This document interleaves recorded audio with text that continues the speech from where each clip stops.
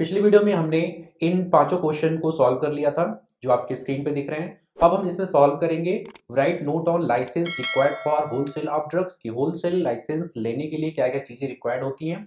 दूसरा क्वेश्चन है specimen label for schedule H and schedule x. जो शेड्यूल एच और एक्स की ड्रग्स हैं उस पर क्या लेबल लगा होता है और उसके कुछ सुटेबल एग्जाम्पल्स के बारे में। और आपका नेक्स्ट क्वेश्चन है write detail about schedule M GMP good manufacturing practice इसके बारे में। और brief about wholesale and retail sale of drugs. जो ड्रग है होलसेल क्या होती है और रिटेल सेल क्या होती है उसके बारे में। तो इसमें जो पिछले वीडियो में आपको ये सारे लॉन्ग क्वेश्चन को सॉल्व कर दिया गया है और इनके साथ कुछ शॉर्ट क्वेश्चन भी सॉल्व किया गया है जो लगभग 18 क्वेश्चन है। उनको आप जरूर देख लीजिए। और ये आपका लास्ट क्वेश्चन है यूनिट फर्स्ट और सेकेंड ड्रग एंड कॉस्मेटिक से। ये आपके मोस्ट इंपॉर्टेंट क्वेश्चंस हैं जो बहुत ही ज्यादा बार पूछे गए हैं एग्जाम में। तो आइए इनको हम सॉल्व करते हैं। तो हम सॉल्व करते हैं write note on licence required for wholesale of drugs. ठीक है, तो जो आपका होलसेल ड्रग डिस्ट्रीब्यूशन है ये एक फार्मास्यूटिकल सप्लाई चेन होता है। जैसे कि आपकी इंडस्ट्री में मेडिसिन बनती हैं वहां से वो डायरेक्ट आती हैं आपके होलसेल के पास, होलसेल से फिर वो रिटेल सेल में जाती है। मतलब कि इंडस्ट्री से बल्क में आएगा आपके पास होलसेल में, तो बल्क में होलसेल ले लेगा, फिर वहां से वो बल्क में ही मतलब उतना ज्यादा बल्क नहीं रहेगा, थोड़े थोड़े बल्क में वो रिटेल सेल को देगा, फिर रिटेल से वहां पे आपको कस्टमर कंज्यूमर्स को वहां से ट्रांसफर होगा। ठीक है, तो इसमें दो लाइन इसके बारे में हम लिख देंगे कि नेसेसरी होता है क्या इसका वर्क होता है। ठीक है, फिर उसके बारे में देखिए एक आपको एक टेबल बना लेनी होगी क्योंकि इसका फॉर्म है, अगर बीच बीच में लिखा जाएगा तो आपको कंफ्यूजन करेगा याद करने में और समझने में भी। तो इसका आप एक चार्ट बना के ऐसे याद कर लीजिए, आपको वहाँ पे दिखाने में भी अच्छा होगा और नीचे सारा चीज आप अच्छे से याद भी कर लेंगे। तो देखिए होलसेल में क्या होती है, चार कैटेगरी होती है। पहली कैटेगरी ऐसी है जिसमें C1X मतलब कि तीनों तरीके की दवा आती है, C1 और X। तो इसके लिए हम लेंगे एप्लीकेशन फॉर्म 90 और जो आपका लाइसेंस फॉर्म होगा 20B और उसके लिए फीस आपका 1500 रुपये होगा। जो आप रिन्यूअल कराएंगे वो 21C से, और जो रिन्यूअल का फीस है 1500 रुपये और 500 रुपये पर मंथ। अगर 6 महीने तक आपने रिन्यूअल नहीं कराया है तो आपके ऊपर फाइन लगेगा। डुप्लीकेट सर्टिफिकेट अगर बनवाना चाहते हैं तो उसमें 150 रुपये लग जाएगा आपका। फिर दूसरी कैटेगरी है C1 के लिए। पहली कैटेगरी में 3 होता, अब इसमें अलग से C1 के लिए। तो इसमें फॉर्म जो है एप्लीकेशन फॉर्म है वो आपका 19 है और लाइसेंस फॉर्म जो होगा वो आपका 21B और बाकी ये सारा चीज आपका सेम ऊपर वाले की ही तरह है। शेड्यूल एक्स की ड्रग्स अगर केवल अलग, ये देखिए जो शेड्यूल एक्स होलसेल में जो शेड्यूल एक्स की ड्रग आती है वो बहुत ही कॉन्फिडेंशियल होती है, बहुत ही हायर रेंज की होती है। मतलब कि कोई भी अगर होलसेल ड्रग ले रहा है शेड्यूल एक्स का तो वो पर्सन जो है वो एक एथोराइज होना चाहिए और उसके पास एक्सपीरियंस रहना चाहिए, उन्हीं को ही केवल शेड्यूल एक्स की दवा दी जाएगी क्योंकि ये दवा नार्कोटिक एंड साइकोट्रॉपिक्स ड्रग्स होती है। तो इसके लिए एप्लीकेशन फॉर्म आ जाएगा आपका 19C और जो लाइसेंस फॉर्म रहेगा इसका C20G फॉर्म से आएगा और जो उसका फीस है 500 रुपये है। रिन्यूअल का सेम चीज सेम फॉर्म वही है 21C और इसका रिन्यूअल का फीस कितना है आपका 500 रुपये है और 250 रुपये पर मंथ अगर 6 महीने तक आपने रजिस्ट्रेशन नहीं किया है। 150 रुपये इसका डुप्लीकेट चार्ज का हो जाएगा। और चौथी इसकी ड्रग है मोटर व्हीकल्स। ड्रग की सप्लाई हम करते हैं मोटर व्हीकल से, तो एक स्पेशल टाइप की ड्रग्स होती है। मतलब कोई भी अगर चाहे कि हम उसको मोटर व्हीकल से मतलब बाइक से या किसी भी मोटर से गाड़ी से अगर वो ड्रग को ट्रांसफर करना चाहता है कहीं पे, जैसे कि आपने होलसेल में लिया वहां से कहीं सप्लाई अलग अलग जगह करते हैं, लेकिन देखिए इसमें केवल एक ही ड्रग रहेगी, ऐसा नहीं कि सारा ड्रग्स रहेगा, सब नहीं रहेगा, एक ही ड्रग मेडिसिन रहेगी आपकी जो आपको सप्लाई करना होगा। तो ये होलसेल में आते हैं ये कैटेगरी अलग से मोटर व्हीकल से। ठीक है, तो इसका जो एप्लीकेशन फॉर्म है वो 19AA रूल 62D। ठीक है, और जो लाइसेंस फॉर्म इसका होगा 21BB और इसके लिए फीस 500 रुपये और रिन्यूअल का सेम वही है 21C और रिन्यूअल फीस 500 रुपये, 250 रुपये पर मंथ। अगर 6 महीने तक नहीं कराया तो 150 रुपये जो इसका ये डुप्लीकेट सर्टिफिकेट हो जाए। तो ये इंपॉर्टेंट टेबल है, इसको आप ध्यान से अच्छे से याद कर लीजिएगा। फिर इसके बाद हम लिखेंगे नीचे wholesale drug licence. This is main licence required for any entity, चाहे वो इंडिविजुअल का हो मतलब खुद से होलसेल चला सकते हैं या किसी कंपनी का हो या कोई पार्टनरशिप में उसको खोला हो, वो सब कर सकते हैं। ठीक है, अब इसमें हमें करना क्या है, it authorise the holder to buy store and sell. ठीक है, जो भी ड्रग है उसको हम बाई करेंगे, उसको स्टोर करेंगे, फिर उसको हम सेल कर देंगे, जो हमारे रिटेल सेल आएगा उसको हम सेल कर देंगे। इसमें देखिए आपका over the counter medication to control substance. ठीक है, जहां तक कि होलसेल में होता है कि ओवर द काउंटर ड्रग्स को मतलब कि आप कंज्यूमर को नहीं देंगे, डायरेक्ट वो आप रिटेल सेल को देंगे। ठीक है, कुछ इस तरीके का है। और इसमें देखिए कुछ कंडीशंस होती हैं, ये आपको मेजर तरीके से इसमें लिखना होगा।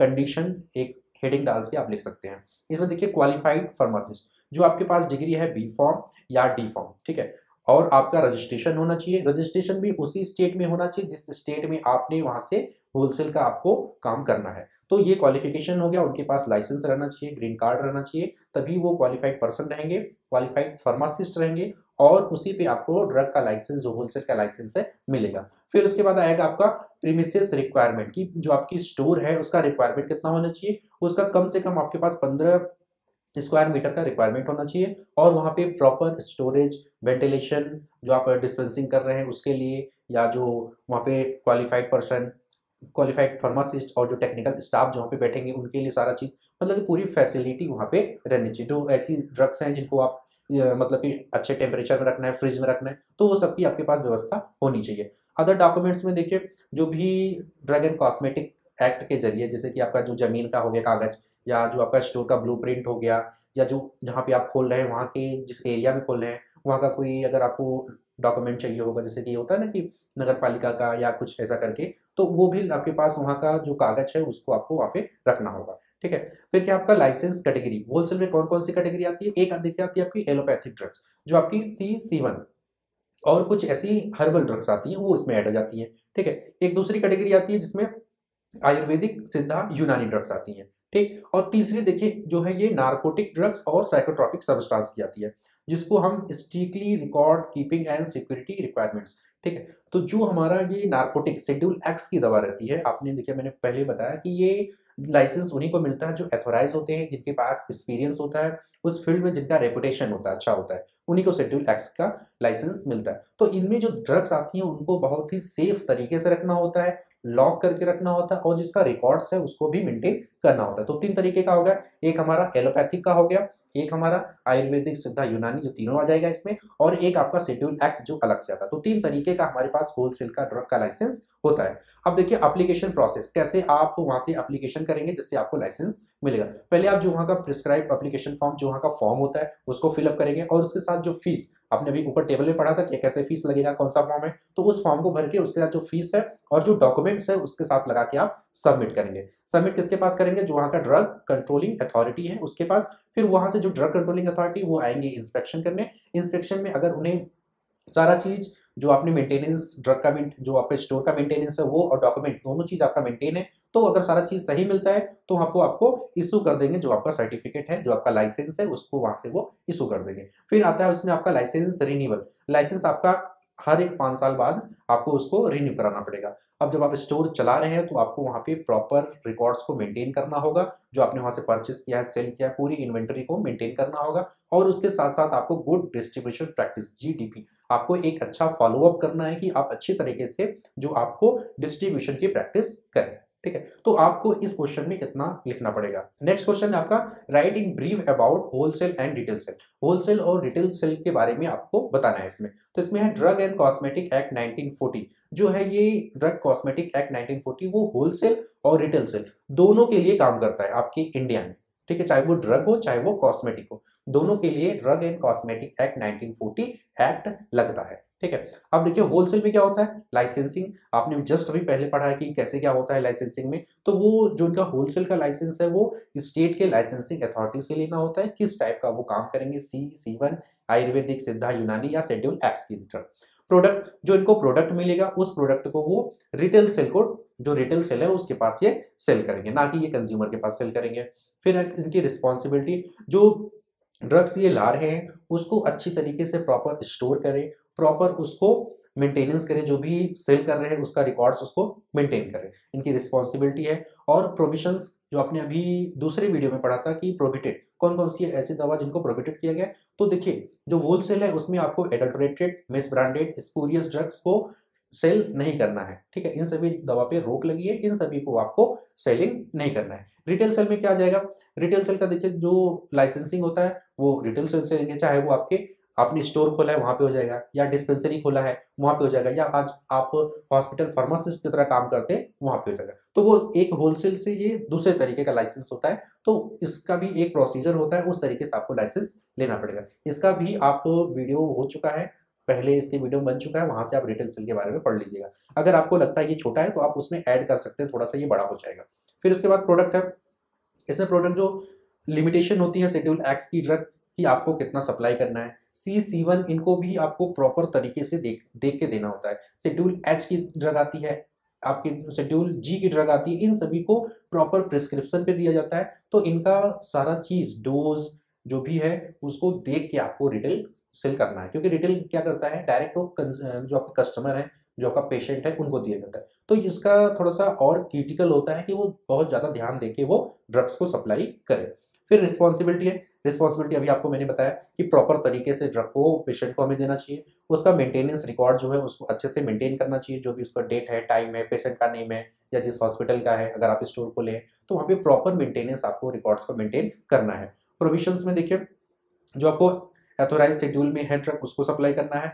विदाउट प्रिस्क्रिप्शन जो भी ड्रग्स है उसको, जैसे कि आपकी ओटीसी जो दवा है वो तो आप दे देंगे वैसे ही, लेकिन जो प्रिस्क्रिप्शन की दवा है उसको आप बिना प्रिस्क्रिप्शन के नहीं देना, मतलब कि कोई ऐसा काम नहीं करना है जो ड्रग एंड कॉस्मेटिक एक्ट को तोड़ता हो, ठीक है। तो ये चीज आपको वहां पे नहीं करनी है। जो इनलीगल काम है वो काम नहीं करना, जो लीगल है, लीगल तरीके से होता है वही काम आपको करना है। इसमें भी आपका ये चीज आ जाएगा, एडल्टरेटेड मिसब्रांडेड स्पूरियस ड्रग को आपको सेलिंग नहीं करनी है। इसमें कुछ इसमें एडिशनल पॉइंट आगे देखिए, both wholesale and retail cell require meeting specific infrastructure and personal qualifications. जो इसमें ये कह रहे हैं कि जो इसके स्टोरेज है, स्टोर का जो इसमें रूल्स रेगुलेशन है, और जो इसमें क्वालिफाइड फार्मासिस्ट है, उन दोनों का लगभग एक दूसरे से मिला जुला हुआ है। और आपको maintaining details records, detailed records मतलब कि जो आपने परचेस सेल स्टॉक किया है ड्रग्स का, उसका एक डिटेल्ड आपके पास रिकॉर्ड्स मेंटेन होना चाहिए। Regular inspection by drug controlling authority, जो डीआई होते हैं उनका वहाँ पे, जैसे कि जो भी मंथली हो, जैसे भी हो, तो वहाँ पे रेगुलर आपके जो वहाँ पे इंस्पेक्शन करने आते हैं उनका भी रिकॉर्ड आपको रखना है कि हमारा स्टोर है वो हमारा प्रॉपर तरीके से वर्क कर रहा है, प्रॉपर तरीके से चल रहा है। अगर कोई वायलेशन होता है लीड टू पेनल्टी, वहाँ पे पेनल्टी लगेगी, और हो सकता है लाइसेंस सस्पेंशन या कैंसिलेशन, या तो सस्पेंशन में रख दिया जाए या तो लाइसेंस हो सकता है कैंसिल भी कर दिया जा सकता है। तो ये हो गया आपका होलसेल और रिटेल सेल के बारे में।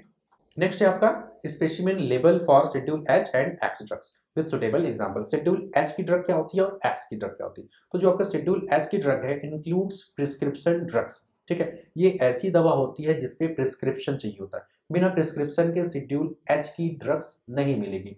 तो इसमें which must be sold by retail only when prescription by RMP registered medical practitioner. कोई भी डॉक्टर है उन्होंने प्रिस्क्रिप्शन पे लिखा है तभी आप रिटेल सेल आपने पढ़ा वहां से उस पेशेंट को आप देंगे, नहीं तो फिर आप उसको नहीं देंगे। होलसेल में क्या होता है, वो ड्रग्स डायरेक्ट सप्लाई होकर रिटेल सेल में आती है। रिटेल सेल अगर किसी के पेशेंट के पास रजिस्टर्ड मेडिकल प्रैक्टिशनर के द्वारा उसके पास प्रिस्क्रिप्शन होगा तभी वो रिटेल सेल उस पेशेंट को वो ड्रग देगा, नहीं तो नहीं देगा।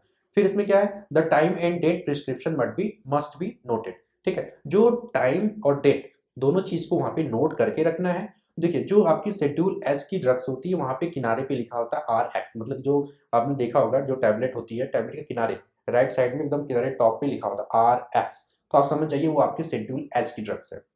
और देखिए उसमें एक रेड कलर का ऐसे किनारे करके एक बॉक्स बना होगा, उसमें लिखा होगा warning to be sold by retail on the prescription of a registered medical practitioner only, ठीक है। जो अभी आपने जैसे मैंने आपको बताया कि जिनके रजिस्टर्ड मेडिकल प्रैक्टिशनर के प्रिस्क्रिप्शन पे वो ड्रग्स लिखी होगी तभी वो रिटेल सेल उनको देंगे, ठीक है। तो ये लेबल उस पर लगा हुआ होता है। अगर शेड्यूल एच में नारकोटिक्स ड्रग्स है, ठीक है, तो उसमें जहां पे आपने अभी पढ़ा आर एक्स वहां पे लिखा होगा एनआरएक्स, और वहां पे शेड्यूल एच वार्निंग प्रोमिनेंटली, वहां पे भी ये वार्निंग वहां पे लिखा जाएगा कि नारकोटिक्स ड्रग्स है, ये आ जाएगा आपके पास schedule narcotic drugs and psychotropic substance, फिर उसके बाद एनआरएक्स ऐसे करके लिखा होगा। तो आप वो समझ जाइए कि आप शेड्यूल एच की एनआरएक्स नार्कोटिक्स ड्रग है, इसको भी बिना प्रिस्क्रिप्शन के नहीं देना है। कुछ एग्जांपल देखिए आपके हैं, एलोप्यूरिनॉल, यहाँ पे लिखा ना period of 2 years from the date of transactions, ठीक है। जो आपको आपने जो वहाँ पे ड्रग दी है उस पर स्टेप लगाना है और उसका प्रॉपर जो रिकॉर्ड्स है उसको मेंटेन करना है, मेंटेन करके उसको 2 साल के लिए लगभग रख देना है अपने जो भी स्टोर में, ठीक है। तो ये काम आपको वहां करना है। All the regulation for schedule H apply, जो शेड्यूल एच की जो रूल्स रेगुलेशन आपने पढ़ा वही चीज इस पे भी अप्लाई हो जाएगा। तो drug must be kept under lock and की, ये दवा जो है वो उसको लॉक एंड की के अंदर रखते हैं, मतलब कि एक बंद कहीं हो वहां पे लॉक करके रखते हैं। इसमें एग्जाम्पल है जगह देखिए आपका फिनाइसाइक्लिडीन, सेकोबार्बिटॉल, एमॉर्बार्बिटॉल, तो इस तरीके से इसका ये एग्जाम्पल हो गया। तो इनके बारे में भी आप थोड़ा बहुत लिख सकते हैं, वहां पे कोई दिक्कत नहीं है। तो ये हो गया आपका शेड्यूल एच और शेड्यूल एक्स की ड्रग्स। नेक्स्ट है आपका write in detail about schedule M, जिसको हम बोलते हैं जीएमपी, शेड्यूल एम में देखिए आपका गुड मैन्युफैक्चरिंग प्रैक्टिस, मतलब कि जो लेबोरेटरी में मैन्युफैक्चरिंग होता है ड्रग का, जो ड्रग लेबोरेटरी में जो ड्रग बनाया जाता है उसी के प्रोसेस से रिलेटेड ये है। देखिए इस शेड्यूल का मेन काम है क्वालिटी और सेफ्टी, जो ड्रग है उसको सेफ बनाया जाए और उसकी क्वालिटी भी अच्छी हो। ठीक है, कुछ इसमें पॉइंट्स हैं, देख लीजिए जैसे कौन कौन से, उससे आपको पूरा क्लियर भी हो जाएगा और समझ में भी आ जाएगा। तो पॉइंट्स में देखिए क्या आपका लोकेशन एंड सराउंडिंग, जो आपकी फैक्ट्री बनी हुई है उसका लोकेशन और जो उसका सराउंडिंग उसके चारों तरफ है वो सारा चीज मेंटेन होना चाहिए, मतलब कि मेन इसका रिलेटेड है अवॉइड कंटामिनेशन। जो आपने लोकेशन, जिस लोकेशन पे आपकी लैब खुली हुई है वहाँ पे कहीं आसपास तो गंदगी तो नहीं है, नाला तो नहीं है, तो ये चीज़ देखना है सराउंडिंग में। और जो आपका लोकेशन होना चाहिए वो अच्छा होना चाहिए, कहीं पे वहाँ पे गंदगी कंटामिनेशन जैसे चीज़ें नहीं होनी चाहिए। बिल्डिंग एंड प्रेमिसेस, तो इसमें क्या करना है आपको, जो आप बिल्डिंग वहाँ की बनी हुई होगी, जो आपने लेबोरेटरी बनवाई है, तो उसमें प्रॉपर वेंटिलेशन और जो भी हाइजीनिक कंडीशंस है वो सारा चीज़ आपको देख के बिल्डिंग बनवानी है। मतलब कि क्या, जो आप इंजीनियर से देखेंगे तो हमें पता चलेगा कि जो आपने स्टोर, जो आपने लैब बनवाया है उस लैब में प्रॉपर वेंटिलेशन और अवॉइड कंटामिनेशन, कंटामिनेशन की भी चांसेस कम रहनी चाहिए, ऐसा आपको लैब वहाँ पे डिज़ाइन करवाना है। वाटर सिस्टम, जो वहाँ पे आपको वाटर सिस्टम लेना है वो भी क्वालिटी ऑफ वाटर, क्योंकि देखिए आप वहाँ पे ड्रग्स बनाएंगे, मेडिसिन बनाएंगे, तो उसके लिए आपको एक अच्छे तरीके का पानी चाहिए होगा, क्वालिटी का पानी चाहिए होगा, तभी आप वहाँ पे उसको यूज करेंगे। तो उसके लिए आपको जो आपके फार्माकोपियर स्टैंडर्ड्स में जिस भी वाटर के रिक्वायरमेंट्स होता है उस तरीके का आपको वहाँ पे वाटर सिस्टम लेना है। डिस्पोजल ऑफ वाटर, अब वाटर जो आपने वेस्टेज आपका वाटर जा रहा है उसका भी आपको वहाँ पे समाधान करना है, वहाँ पे प्रॉपर जो भी चीज़ें चाहिए होंगी जो आपके environmental and waste management regulations के अंतर्गत आता है उस तरीके का वहाँ पे व्यवस्था करना होगा। वेयर हाउसिंग एरिया, जो आपकी वेयर हाउस, जो आप रॉ मटेरियल मंगा रहे हैं या मैन्युफैक्चरिंग करके जो आपने जो आपका मैन्युफैक्चर्ड हो गया है उस चीज़ को जो आप रख रहे हैं, तो वहाँ पे प्रॉपर स्टोरेज फैसिलिटी होनी चाहिए और अच्छे तरीके का होना चाहिए कि प्रॉपर तरीके से वहाँ रखा जाए, या मॉइस्चर या कुछ ऐसी वैसी चीज़ें उसमें ना करे कि वो मटेरियल आपका खराब हो जाए।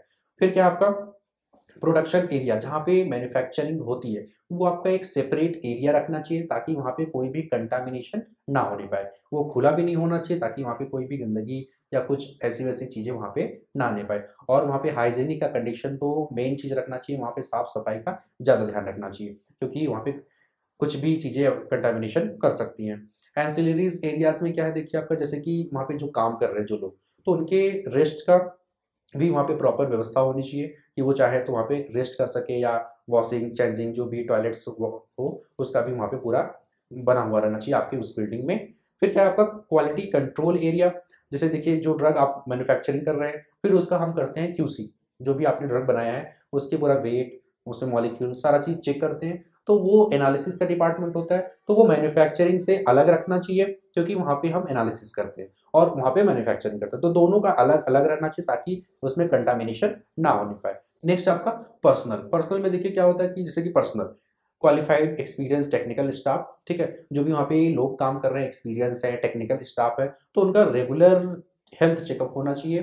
ठीक है, क्योंकि अगर उनकी तबीयत खराब होगी तो प्रोडक्शन एनालिसिस वहाँ पे भी तो दिक्कत आएगा, कंटामिनेशन हो जाएगा, तो उस चीज़ का भी यहाँ पे ध्यान रखना होता है। फिर उसके बाद है आपका health, clothing and sanitation of workers. ठीक है, जो हेल्थ है, क्लोथिंग है, या फिर हाइजीनिक कंडीशन है वर्कर्स की जो वहाँ पे काम कर रहे हैं, तो उनको आपको ध्यान देना होगा कि उनका जो हेल्थ है वो सही रहे। जो क्लोथ्स है, क्लोथ देखिए जो भी लैब में जाते हैं तो वहाँ पे दूसरी क्लोथ्स दे दिया जाता है, क्यों, क्योंकि वो कंटामिनेशन बाहर से आते हैं, तो बाहर से कई सारे कंटामिनेशन चीज़ें होती है जो जाके आपके मैन्युफैक्चरिंग को कंटामिनेट करते हैं, तो इसलिए वहाँ पे दूसरा क्लोथ्स दिया जाता है। और उनका जो हाइजीन भी उनको फॉलो करना चाहिए वहाँ पे, ताकि जो हम प्रोडक्शन कर रहे हैं, एनालिसिस कर रहे हैं, उसमें कुछ भी कंटामिनेशन ना होने पाए। जिसमें देखिए गुड हाइजीनिक प्रैक्टिस, वही चीज़ है कि आपको एक प्रॉपर हाइजीनिक कंडीशन वहाँ पे साफ सुथरा वहाँ पे आपको रहना है। फिर आपका मैन्युफैक्चरिंग ऑपरेशंस एंड कंट्रोल, ठीक है, इसमें देखिए जो भी आपके स्टेप्स हैं, ठीक है, जो भी अलग अलग स्टेप्स होते हैं, जो भी आप प्रोडक्शन कर रहे हैं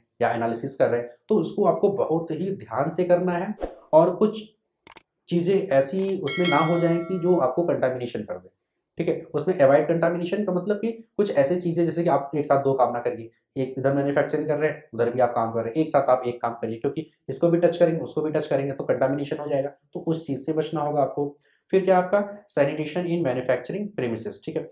जो जहाँ पे मैन्युफैक्चरिंग हो रही है वहाँ के जो एरिया है, उस एरिया को हाइजीनिक रखना है, साफ-सुथरा एकदम बढ़िया से रखना है। जो भी अच्छे तरीके का हो जाए, अच्छे लेवल का, यूवी यहाँ तक कि यूवी सब कुछ लगा हुआ होता है, ताकि वहाँ पे पूरा साफ सुथरा रहे। फिर आपका रॉ मटेरियल, देखिए रॉ मटेरियल में फर्स्ट इन फर्स्ट आउट का प्रिंसिपल चलता है, मतलब कि जो रॉ मटेरियल पहले आया उसको पहले हम यूज करेंगे, फिर जो पहले फिर आएगा फिर उसको हम यूज करेंगे। इससे क्या होता है कि जो आया वो तुरंत यूज हो जाएगा, तो उसमें मतलब कि खराब होने के चांसेस कम हो जाएगा। आप रॉ मटेरियल लाएंगे रख देंगे तो मॉइस्चर करेगा, लाइट से खराब हो जाएगा, डिकम्पोज होता रहेगा, तो उससे बचाने के लिए उसको तुरंत आए आप उसको तुरंत यूज कर लीजिए, नहीं कि आप उसको रख दीजिए फिर कुछ दिन बाद यूज करिए, तो ये काम नहीं करना है। फिर क्या आपका इक्विपमेंट, इक्विपमेंट में क्या करना है आपको, cleaning and minimising contamination risk, मतलब कि कुल मिला जुला के इसमें मेन कंटामिनेशन ही रिलेटेड चीजें की गई हैं कि जो भी ड्रग्स बन रही है उसमें कंटामिनेशन ना होने पाए। डॉक्यूमेंटेशन एंड रिकॉर्ड्स, जो भी आपने वहाँ पे मैन्युफैक्चरिंग या एनालिसिस आप कर रहे हैं उसका डॉक्यूमेंटेशन करना होता है और उसको रिकॉर्ड्स को रखना होता है, ताकि कभी भी चेक करना हो तो आप तुरंत उसको निकाल के बैच नंबर सारा चीज करके आप चेक कर सके।